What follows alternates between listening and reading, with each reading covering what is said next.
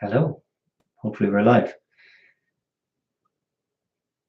Nobody in there yet, so there's no point in asking, can you hear me? But I'll wait till somebody joins.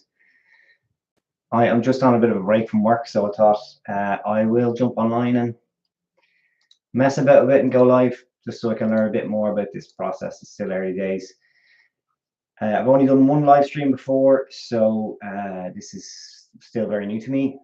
Still figuring out how all of the sharing works and all that. Last time I didn't get around to sharing gaming. I just kind of used browser and talked about various projects and plans and stuff I had. So I might do a bit of gaming this time around, but we'll see if I have time. I don't know how long I'll be on.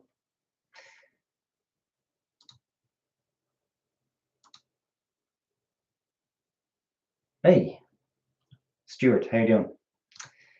Okay, good stuff. I will start off by telling you that I do have some good news I got this week, which I don't know if you watch my shorts, but I put up a YouTube short and put it on Instagram to say that Be Forward, who are the guys I had bought the car through to import the car from Japan, had been in touch, and I had sent them my video. Let me just start with sharing my screen.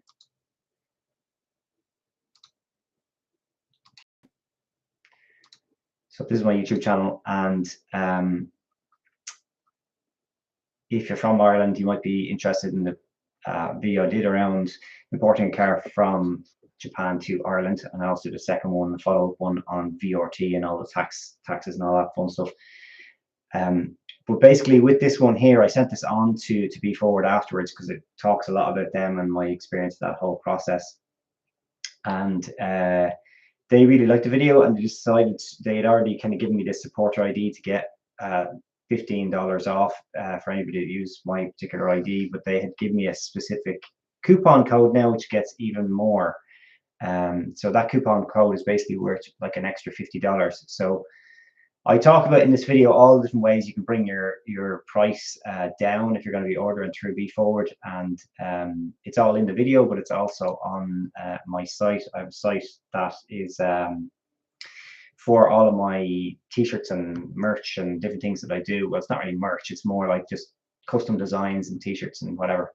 I can show you that in a second. But on the site, I've put in this page about importing a car, and lots of different links of different marketplaces you can look at, and information about customs declaration agents and all of the taxes, the VRT stuff, government websites. But also in here now, I've updated it so that my promo codes and all the ways that you can get that $95 are all listed there. So I have a promo code which is Jazda, just handy to remember. That get $50 off. That only works for the buy now option, which I think a lot of people use most of the time anyway. I used that buy now myself when I was buying the Alto, because it had already been reduced, so the chances of getting any more off it were kind of limited. But then if you are using the Be Forward website, if you create an account, you get money off. If you install the app, you get money off. If you enable the notifications, you get money off. And then you can just uninstall the app after all. You've earned all those if you want. And then there's a supporter ID that you get more money off. So all the information is there. Shows a little screenshot on. Actually, let me just realize I'm not sharing it. Hold on a second. Share the right screen. That would help, wouldn't it? The window. So this is the site, sorry.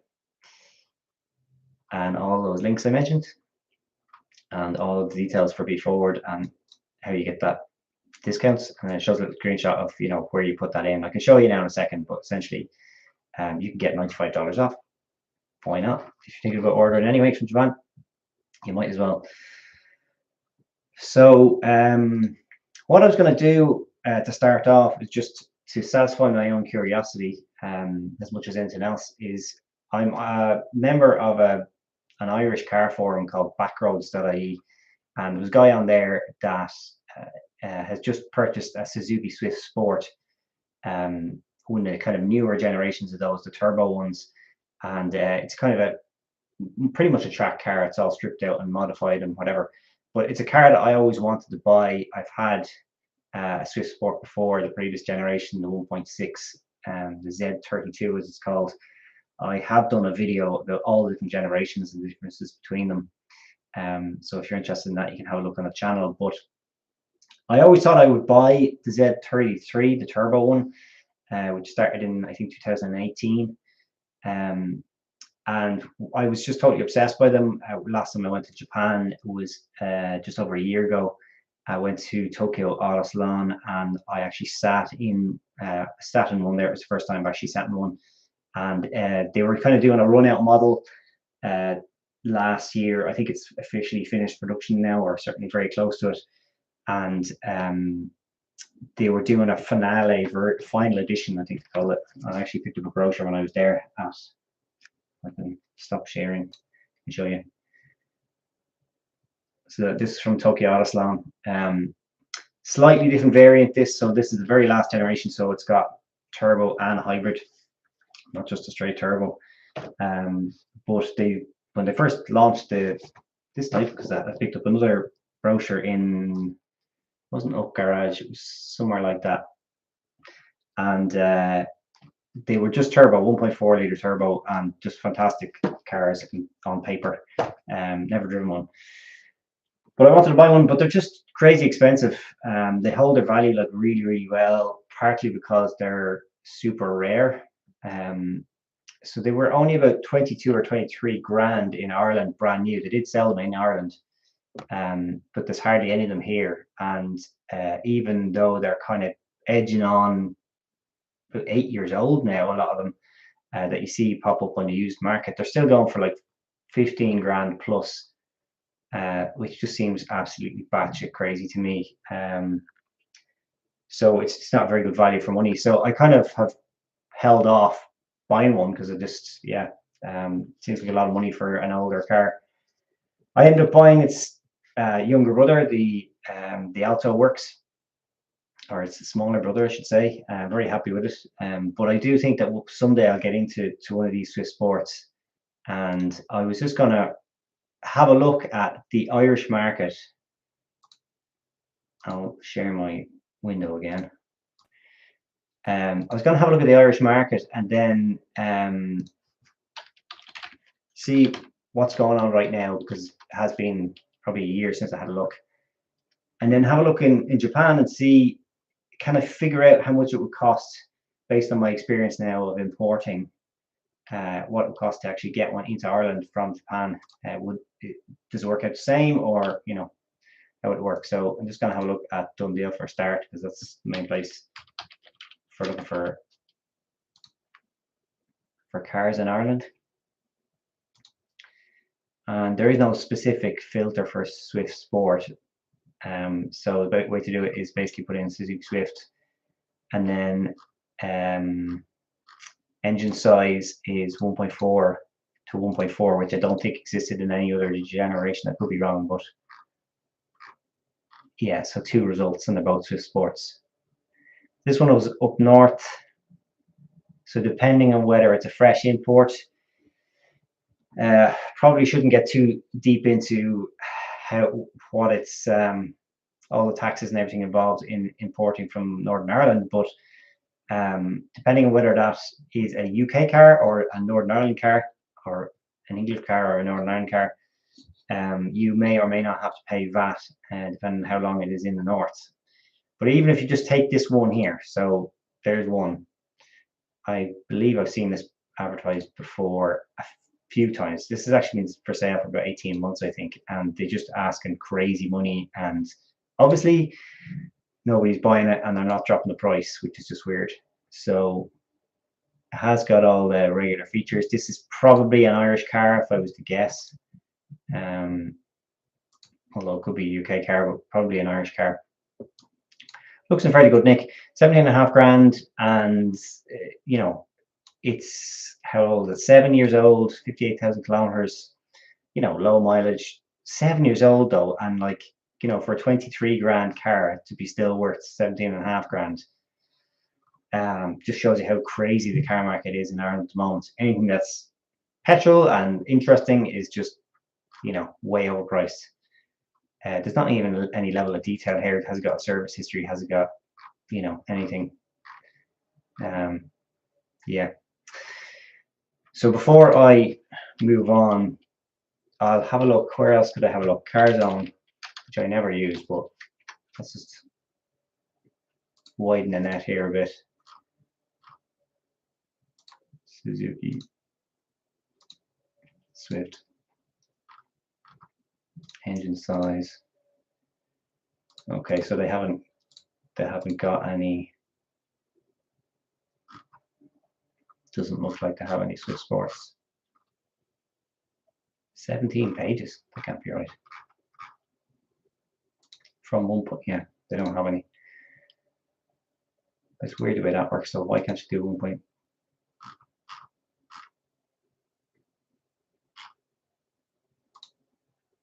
Seems like a lot of Swifts. Maybe if I put in from 2018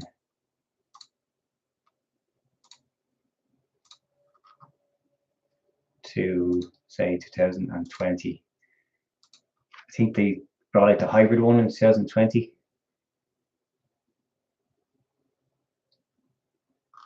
Yeah, so these are older specs. Just regular hybrids. Oh, here we go. There's one.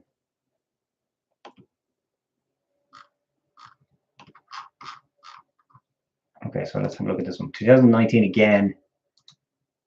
Very similar price. This looks like a dealer. The last one was a private sale.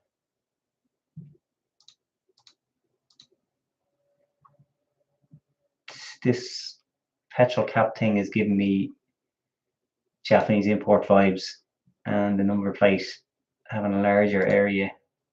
Can't be sure, but I would guess this might be a Japanese import. Down in Cork, again, same kind of mileage, same age, no details whatsoever. Fantastic. Swissport manual, handpicked just in from Japan. There you go. So that is the kind of rough level of the market. So can we get one cheaper than this? Than that kind of 17, 18 grand mark? So I've done a little bit of prep work on the fun stuff like taxes and that, but generally speaking, I haven't looked here on B Forward. I don't know if they have Swift. They don't have one for Swift Sport now. 2018, say 2020. 400 cars. A lot of them are going to be regular Swifts.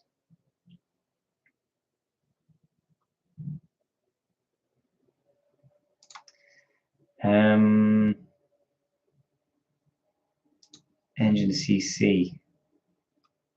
They don't have a 1.4, so that's the closest I can find. So 281 becomes, still saying 281. That can't be right. Okay, that is a Swiss Sport though. So again, do what most people do and put it price low to high.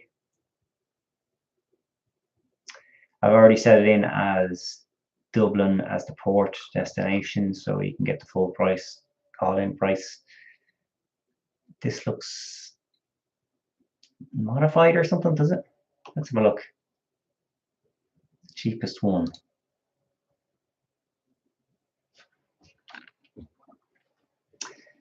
Standard wheels. It is standard body kit. Maybe it's just the lighting made it look standard. Okay. I don't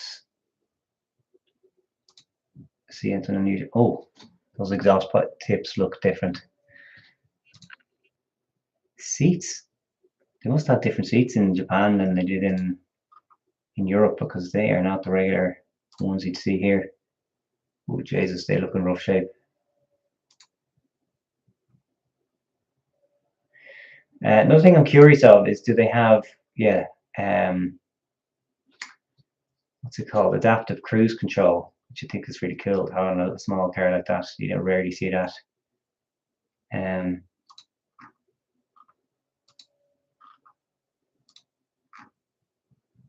It's rare you see any sort of level of paperwork in the Japanese stuff. So it doesn't look like it's modified at all. Let me have a look at the exhaust. Oh yeah. So maybe it has an exhaust on it, but there's no intake or anything like that.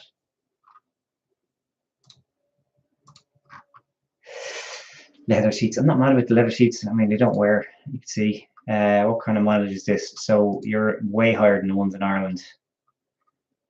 So let's not use this as an example. That weight is also wrong. So I was having a little dig through this. I mean, I watched my own video about the summary of the different generations of the Swift, just to refresh myself. But I was this particular one is like an early brochure from the very first of the ZC33s and the turbo only ones. And I was looking at all the specs. Stop sharing. I was looking at all the specs and stuff like that. So yeah, the weights are 970 kilos for the manual and 990 for the automatic. So if I go back to this here, you can see that that weight is not correct, but sure, you know, you come across that thing all the time. So let's look at a slightly better example. So this is more in line with the ones in Ireland as far as the mileage, and it's 2018. So we'll take a look at that specific one.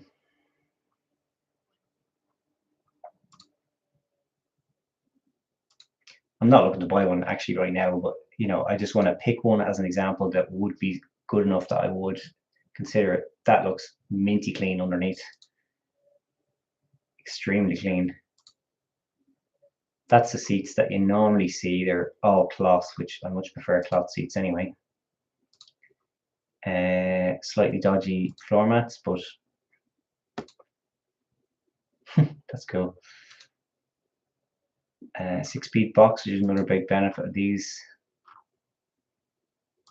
And yeah, so I'm curious with this. I think in Europe, or certainly in UK and Ireland when they sold them, adaptive cruise control came as standard, and this one just has a regular cruise. I mean, it's not deal breaker, but like, would be nice to have it.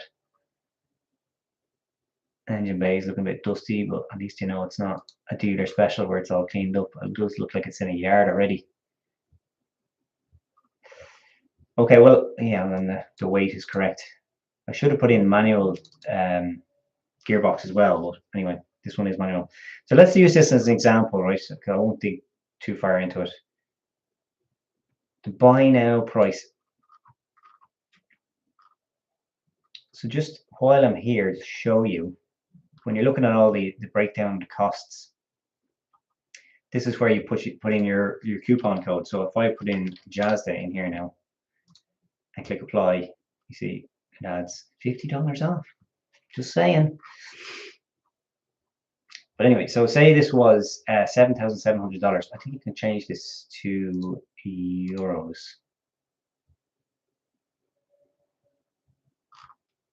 I wonder what happens actually when I look at my discount code now. What does it say? There's a value. Still say dollars? No, it says euros. 43 euro off. Okay, cool. So say this is 6,680 euro. That is delivered. So it's the car plus shipping plus marine insurance plus all the regular stuff that you get from B-Forward. So I have this spreadsheet that I've used before. So what did I say this was? 6,680. I'm going to start punching in numbers into this. This one on the left, column B, is my Alto and how much I paid for that. So you can see that the cost of the car with shipping was 4,776, and by the time all the taxes and shipping and all that was included, it would end up being kind of $8,000, well over that. So let's look at the Sport, Swift Sport. It's not black. The customs is based on, let me get this right. It's 1.3% because the car was made in Japan. If this was a Volkswagen or something like that, you would have to pay 10%, but it's only 1.3% if it's made in Japan, just because of whatever bilateral agreement they have there. So the customs is very, very low on it. The VAT is then 23%. You pay that on the cost of the car and the shipping, not just the cost of the car. Customs declarations 100, port charges 150. If you make the assumption that you're not going to be transporting this or paying for flatbed rental or whatever, and actually driving the car home like I did myself, well, then the cost is zero there. So the cost before VRT is 8.5 grand. Now I went and I dug out, so the ones that I found are like 17.5 and nearly 18 grand. So I'm going to put in a number here of 18 grand, right? Now this number represents the open market selling price, what the revenue, the Irish revenue body determine the value of the car is. So they're going to look online and find there's only two for sale. They're both in the region of 18 grand. Doesn't always work this way, but generally speaking, they have to get number from somewhere. There's only two for sale, so you know, unless they go talk to the dealers, which is highly unlikely. So say it's 18, they're evaluated at 18 grand, and then they apply the relevant VRT rate to it. So in this case, it's 19.25%. Now, I will explain why that is. So it relates to CO2. If I look at, this is revenue.ie, and calculating the VRT, and it gives you lots of different bands for the amount of CO2 that the car puts out. So you have to find out what the CO2 is. All these CO2s are based on the WLTP version of the CO2. So you need to make sure that when you're getting the proof of CO2 that you get the WLTP version. Again, I spoke about this in my previous video, but and in the VRT video. But basically, it I think in 2017 or something like that, they changed over to WLTP, or 2018 everywhere in the world. So in theory, at this age, it's not going to be a problem. But you will still find documents that have the Japanese version of how to measure CO2 and the WLTP, so you make sure you get the right one. If you go Googling around and find, like I found a lot of press articles about the car and they state the CO2, you can't use them, and the VRT won't accept those type of documentations. It has to be an official thing from either from the manufacturer, or it has to be from the Japanese land registry, or land, what's it called? Ministry of Land website. If you go to Suzuki, Ireland, and say, hey, I'm bringing in this car, can you write a letter to state that the CO2 is this value? They won't do that, because there is, even though there's probably no difference between the cars in Japan and in Ireland, they won't stand behind that. They can't be 100% sure. There is occasions where the tune can be slightly different for the Japanese fuel. So you can't do it. So you have to go find something in Japan. You can talk to Suzuki in Japan, but I say you have absolutely no chance. So what I did was I went down to the Ministry of Land. I'm going to go to the listing just to show you where I get this information from. So the chassis number here, the first part of it, will tell you the chassis code. So in this case, it's ZC33S. And if you then go to the website for the Ministry of Land, you type in ZC33S CO2, you'll get loads of results, but like starting at the very top one here, you can see here JC08 mode. That is the Japanese way of measuring CO2. There's another one here that says WLTC mode. So that is the one you want. So when you download that, you get, hold on, I'll share the right screen here. You get an Excel file.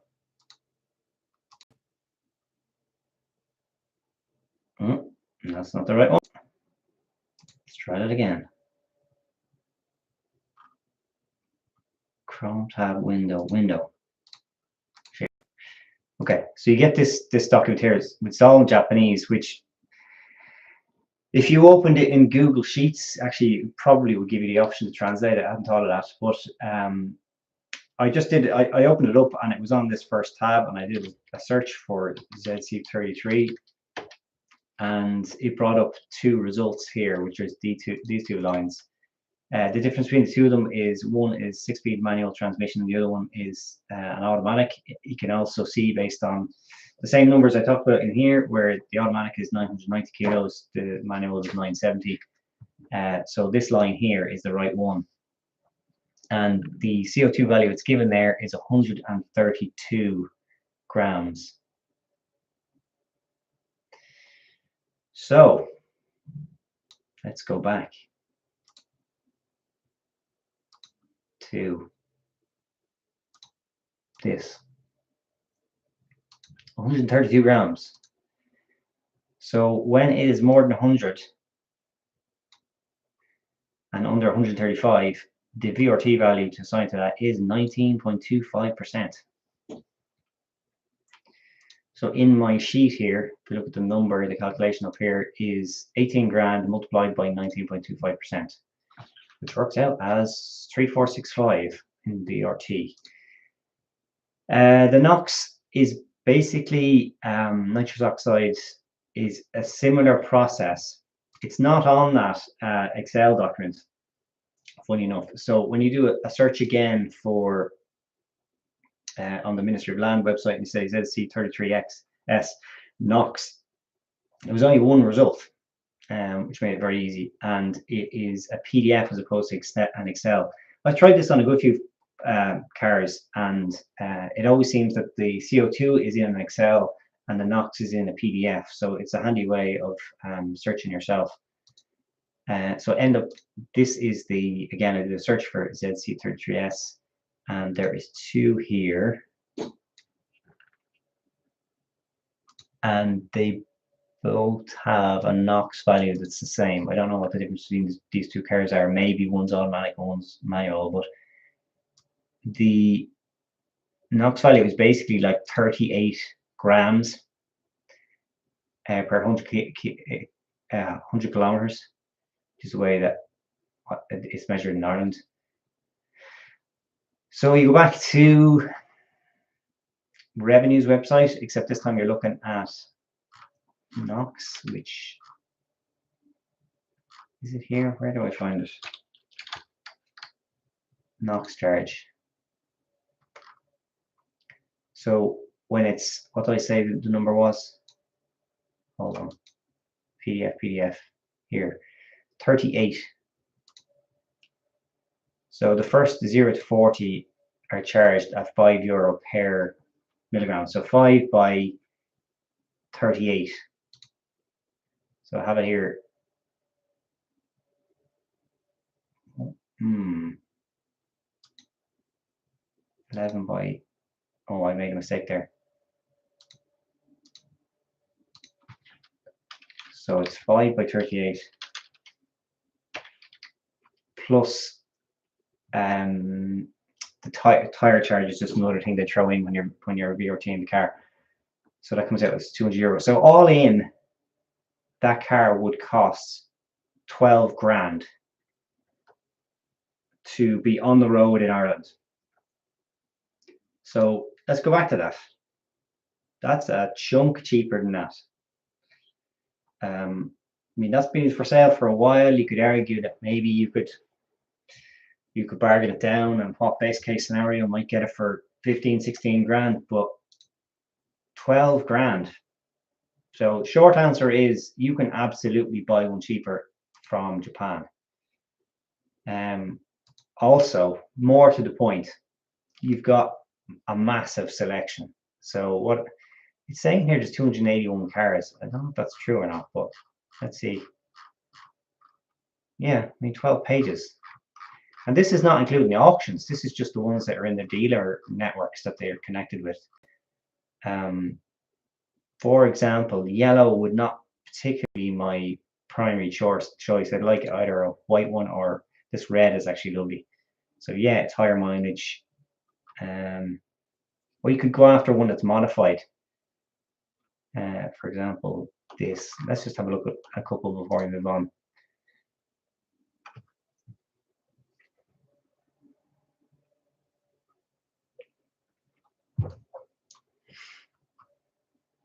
They look like, what were those wheels called? OZ Superlegeras or something like that. I don't like them, but yeah, whatever. Is that an aftermarket wing? It looks like it. Oh, automatic. Gross. No. I probably should filter that, but anyway. The red one, I really like this red color. It's kind of like Mazda Soul Red. When you see it in person, it's kind of it's got a metallic in it. Looks like it's at stock ride height. They look like stock exhausts as well. Some of them did have this red on the interior and some don't. But I think a lot of them have it. Okay, so aftermarket shift knob, pedals. Seats look good. Horses, weird. Oh, that's cool. So I was flicking through the this brochure, and I never really looked too much in detail. There's that red. But something I thought was cool that I never seen before is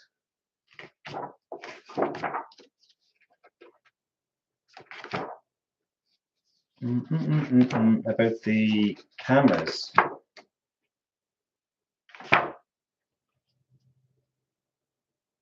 Yeah, this is it here.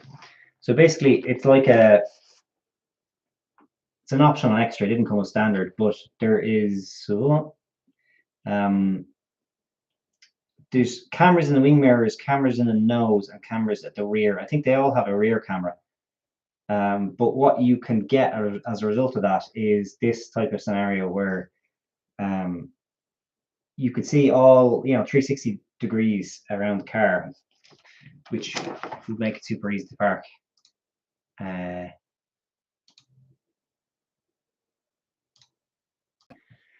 So it looks like that. So that's pretty cool. So it's obviously got a certain high spec. That looks more like a dash cam than anything else. Again, doesn't seem to be modified. That would be the type of car I would love to bring in because it's got that camera thing. It's kind of high spec. It's got some eyelids actually, now that I see it, over the top of the lights, which are fine. But it's totally bog standard other than that. I hate to see ones that are like lowered and whatever, and you don't really know what you're getting, how worn they are, how harsh the ride's going to be. I don't mind putting in suspension yourself, but buying one that's pre-installed, and then if you don't like it, if you want to go back to standard, you have to pay a load of money just to get standard parts. So yeah, that's a cool example. So that one is what is it compared to this one? It was about €200 more. The downside is it's got more mileage. Upside is it's newer.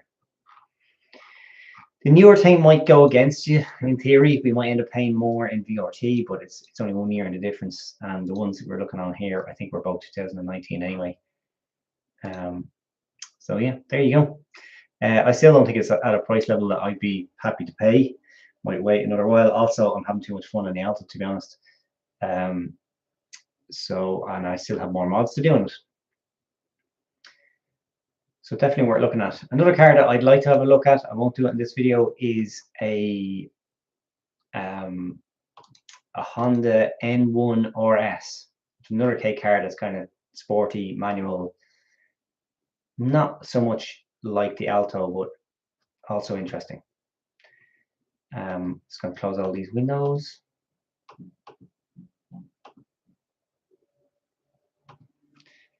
Okay. So what else can I tell you?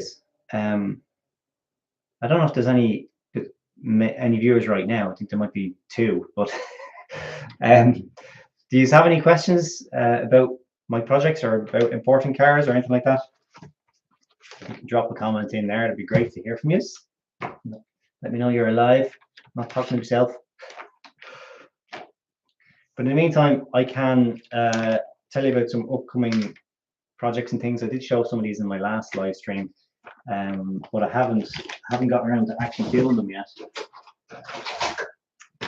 So I might actually open this up and have a look, because I plan on doing this weekend. I have done some projects since the last time I had a live stream. I added the 5th gear to the Alto. So now it has a longer 5th gear. So when you're in the motorway, the revs are like 10% or 15% lower.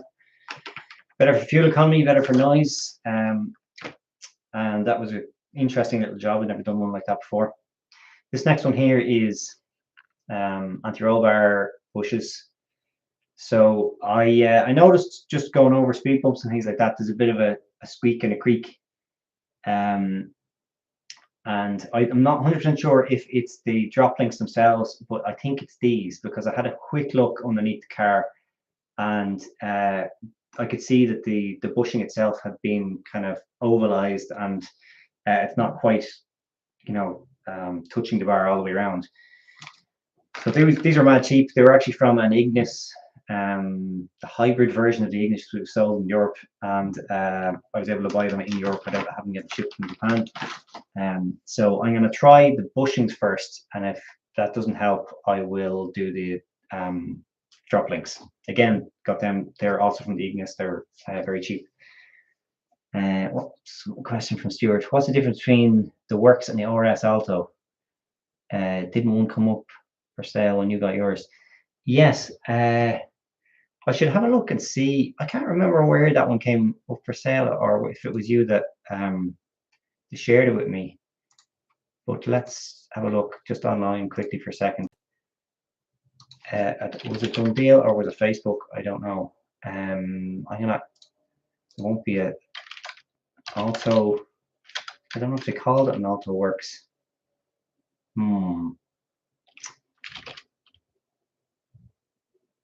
Alto, RS Alto. I don't know if Alto Works.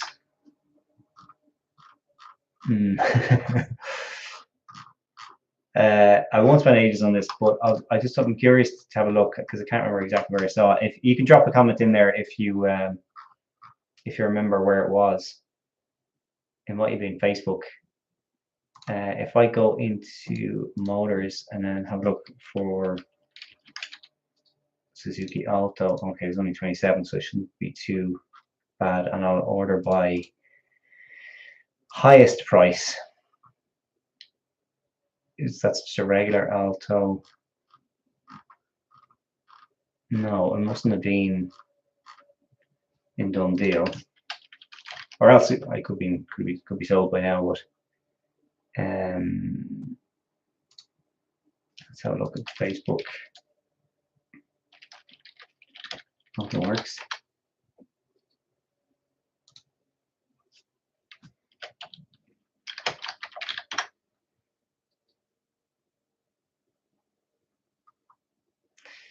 No, can't remember. Just funny, it came up at the same time.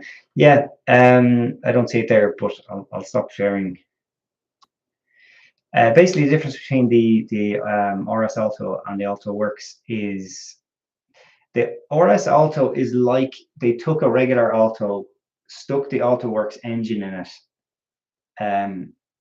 put all the tech that they could fire on it, really, really high spec, and that's it. So it's like a super fast, high spec regular Alto, if that makes sense. For example, talking about the anti-roll bar bushes there, the regular Altos don't have a front anti-roll bar. I only learned that recently. It's absolutely insane, because people were talking about doing a modification to fit one. So I don't know if the RS Alto one has or not, but basically it's when I say it's got loads of tech, it's got things like automatic braking. It's got a camera in the windscreen, for all the safety stuff. I think it might have lane keep assist and all that. Like all the blank buttons I have on my Alto down in the dash are all actual buttons on the RS Alto. it's got, I don't know what else it's got, traction. Well, it's all the regular stuff, but generally better equipped. I think a lot of them come with rear speakers and things like that hardly any Alto Works would have. The big difference in the Alto Works is the chassis rigidity and the suspension.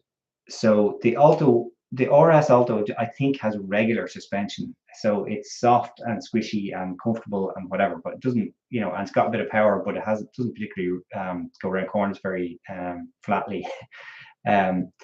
So the Alto Works had loads of extra welding in the shaft, like, I don't know, seam welding or what type of spot welding, I think spot welding. So it's a way more rigid machine, the actual chassis itself, the body.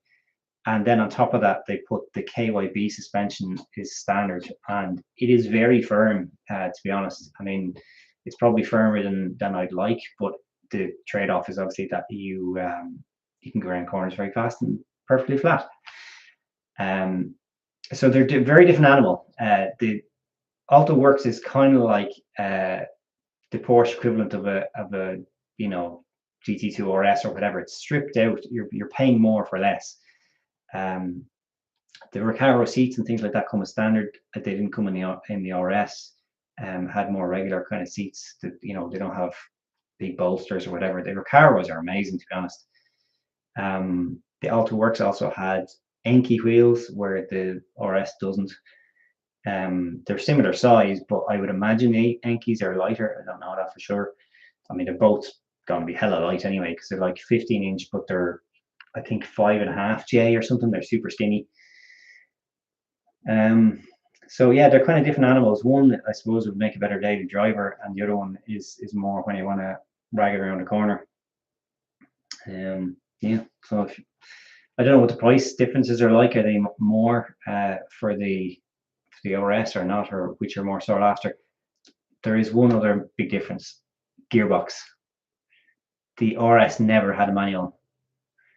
The Works was manual only to start, and then I think they introduced an automatic later, or it's not automatic, they call it AGS. It's basically like a robotic manual, you know, where the gearbox is the same, they're just swapping the cogs for you. But yeah, if you want a manual gearbox, you have to go Works, unless you're gonna try and do a gearbox swap.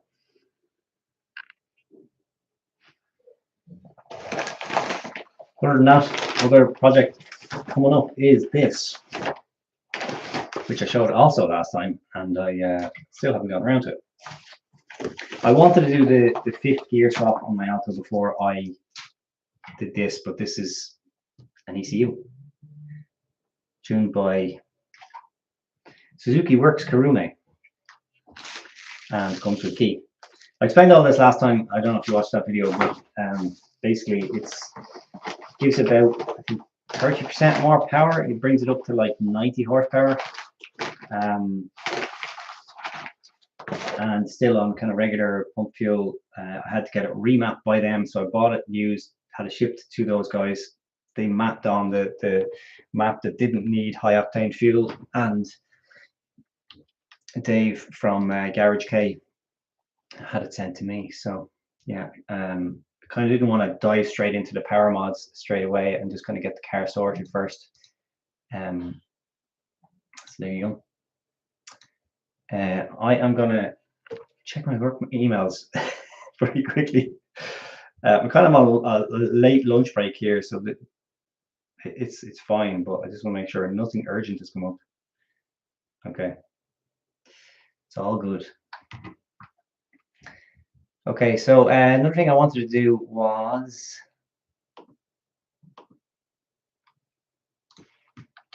to do some gaming, really mainly to see how that all works with the screen sharing. So I'm going to try and do this now. Window.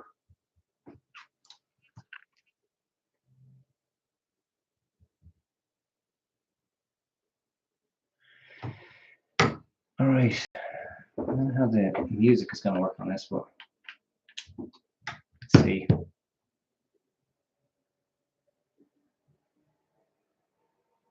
So Forza Horizon was one I used to play on Xbox years ago. I haven't played it for a long time, but I don't really play games on PC. I went through a few different kind of sim setups, cheap sim setups, and I could never really gel with it, so I gave up on that.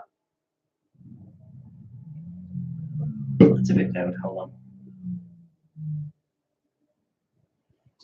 But I just went and installed this just to see how it all worked, and I pulled in all my information from my Xbox account, and like all my cars and everything else are in here. This is just me mainly kind of checking what it looks like on a desktop. I can see my window being shared there, which isn't ideal, but anyway. My cars. I was messing about with a Porsche. How do I do this now? We go by my favorites. I've got a few interesting yokes here, but one of them is a kind of a drift car. So it's funny, like in Forza Horizon, you can get extra points by doing things like gifting your cars to other people, other players. So somebody gifted this to me. I never really had messed about with drifting on Forza, but when they gave me this car, I just couldn't understand it at first. It was just so tail happy, and I couldn't actually drive it or race it or anything. But then it all came together when I figured out what it was for, which is basically hunting down the drift tracks around the place. And I don't know if the sound of that is coming through on the. Maybe you can let me know.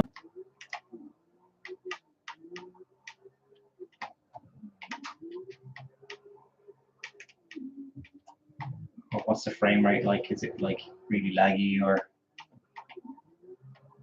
And then I'll watch the video back myself afterwards, but just curious to see. Just a little tap there.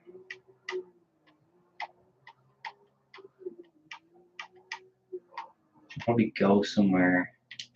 How do I get to a map? World map. Oh, no. How do I find? Okay, so that's the drifting location. No lag. Can't really hear the sound. Can you hear the car at all, or is it just coming through my mic here? I don't know. I wonder, can I change the audio settings?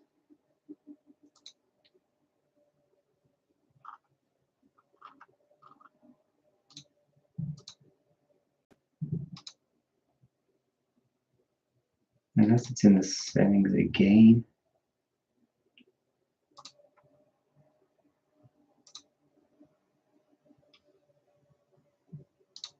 Audio. It's all set 100%, but anyway, I should just look around for a minute. I don't plan on spending hours in this rental, but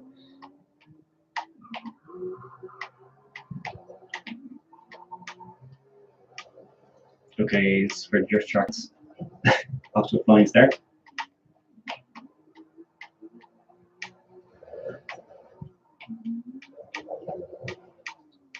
I obviously have damage turned off because I'm not that good. We'll go off the course. And when you're in these modes, the other cars in the road turn into kind of ghost cars, so they don't interfere with your run.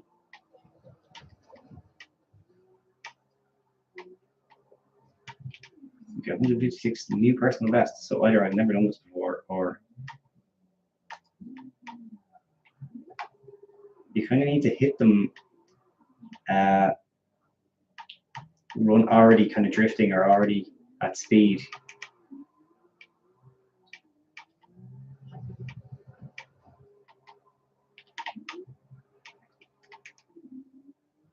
And I have this set up so that I kind of manually do the gears. Oh, make all of that. So you have a bit more control, and you can kind of handbrake it.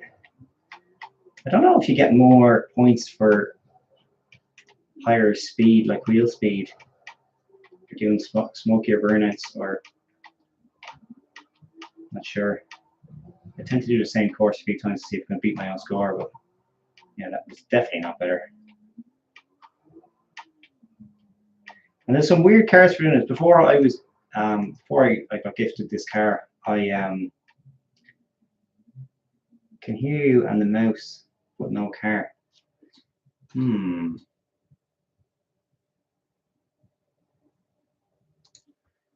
Let's see if we can figure this out.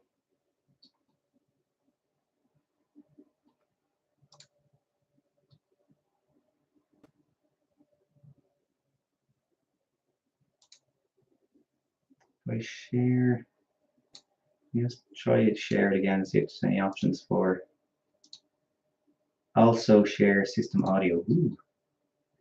This might get. Let's see.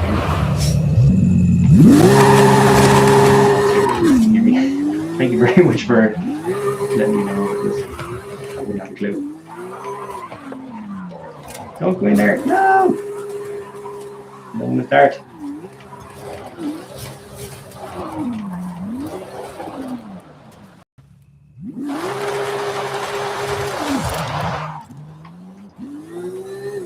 Yeah, I was saying that before I got this car, I used to do all dirt tracks with the Bugatti Chiron, which is utterly ridiculous when you think about it. But basically, the car is so overpowered that you could make it do drifts. It was more difficult and much higher speed, but I'll show you what I mean. Okay, grand. Sound is coming through now. Maybe the window thing is at the top there. Anyway, where does drift track start? It starts at so it's four-wheel drive, which is just good.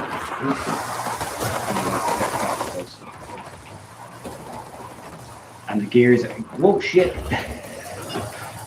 The gearing is like completely different because you're going like crazy speeds in like third gear. Oh, fucking hell. Yeah, it's not all that.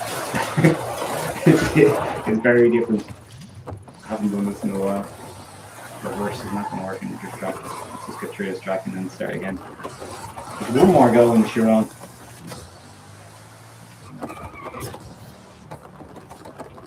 Now that's 3 stars. Let's see how much points I got. Right, let's try this again.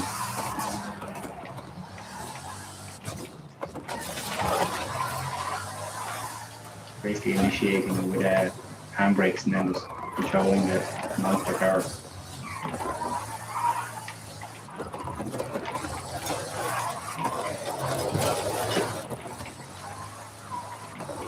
I can't imagine this is going to be anywhere near the points.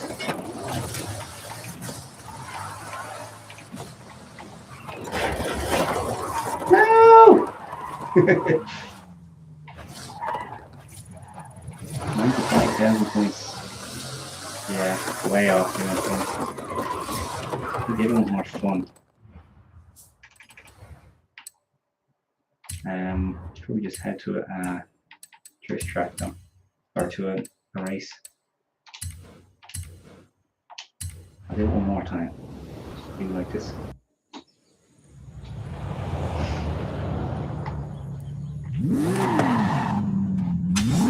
what are the things?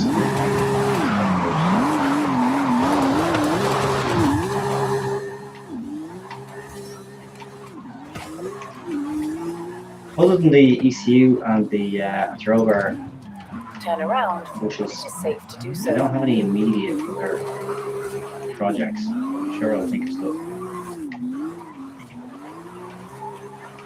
I do have one kind of funny thing that happens at the moment.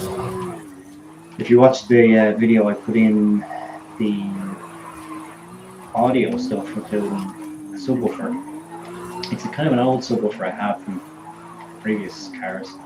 From years ago, I've used it for a long time, and I don't know if it's. The only thing I can think of is it's the subwoofer, and it's coincided with me installing that. Ignore here.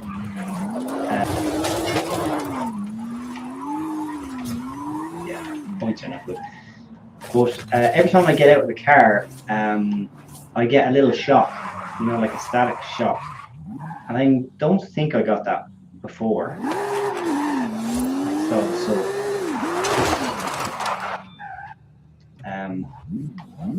So I went and I checked all the cables, and you know, it's grounding correctly, and you know, the power signals come straight from the battery, power positive.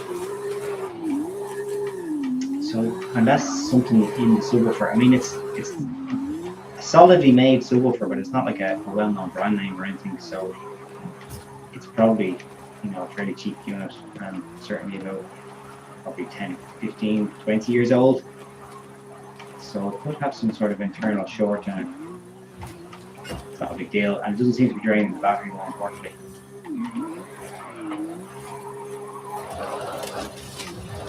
Slightly annoying.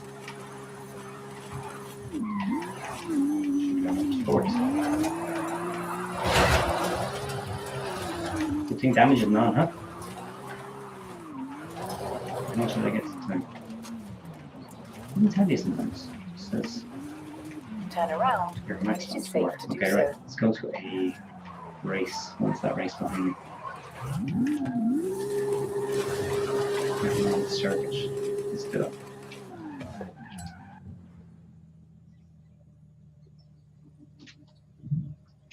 Solo. Let's do the regular one.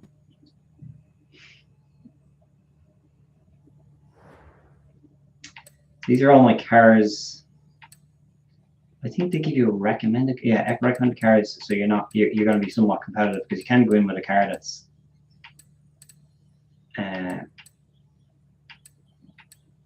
totally not suitable, and you'll be whooped. But you can do it.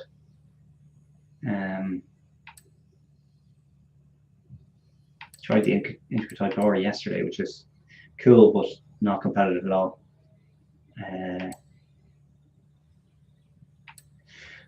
I'm gonna go with something weird, like Corvette, just for shits and giggles.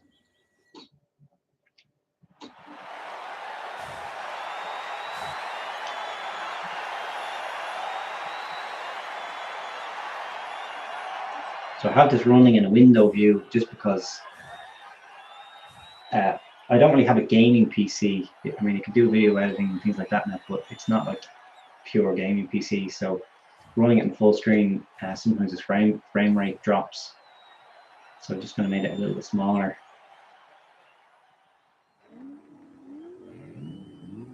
But I could experiment with run it as full screen. Try this race first.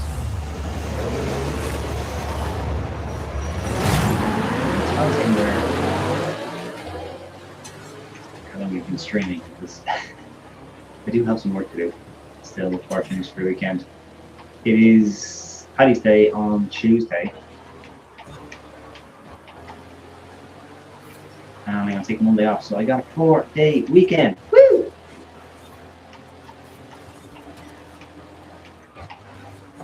I used to play Forza, just a regular Forza, and kind of track-based stuff, and it just gets a bit repetitive, and you know, going through different series and whatever. This Forza Horizon, it's just, if you want to pick it up and have a bit of fun, it's just more suited to that. You don't feel like you have to commit to a whole race series or whatever. It doesn't take itself so seriously as far as the kind of handling cars as well, having them pinpoint accurate, and then they're bitch to control. It's more about just having fun. That's why I don't think I'm really made for racing sims. I just end up crashing all the time. Just as I crash into the wall.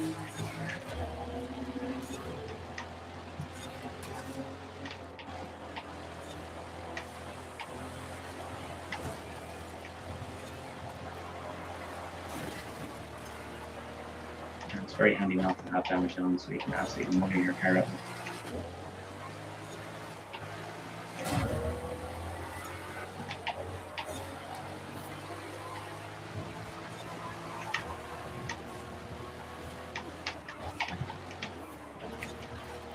It also does a thing where it will detect if you're losing races and ask if you want to lower your difficulty, and vice versa. If you're winning every single race, it will ask if you want to increase it. So it's got loads of levels of difficulty. So it always ends up like this, where it's kind of close racing and you're somewhere in the top, as long as you don't totally crash out. Game is a few years old now. I think there's Forza Horizon 6 out soon. This is 5. I highly recommend it.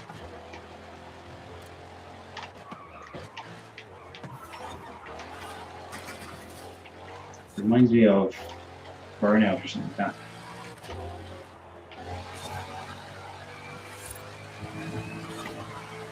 I do like the sound of this American V8.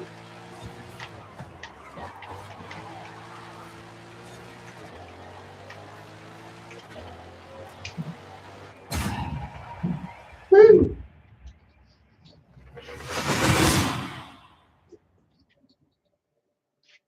They're nice short races as well. See how I'm doing for time.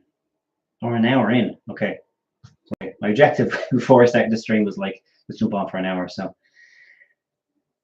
I might drop off unless you have any more questions.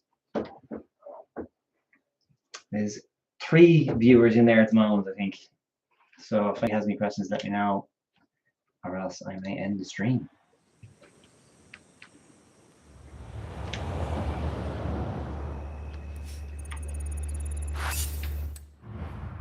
This Forza Horizon. I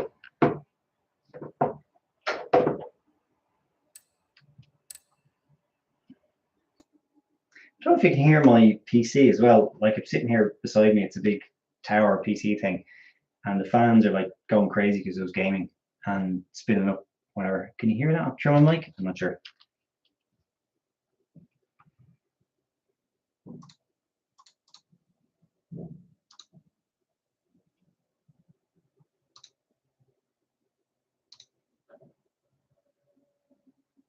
Glad I figured out sound anyway. I'll have to try the full screen one next time. All right, well, it looks like there's no questions coming through, so I am going to drop off because I gotta get back to work. This is my lunch break. All righty, Slán.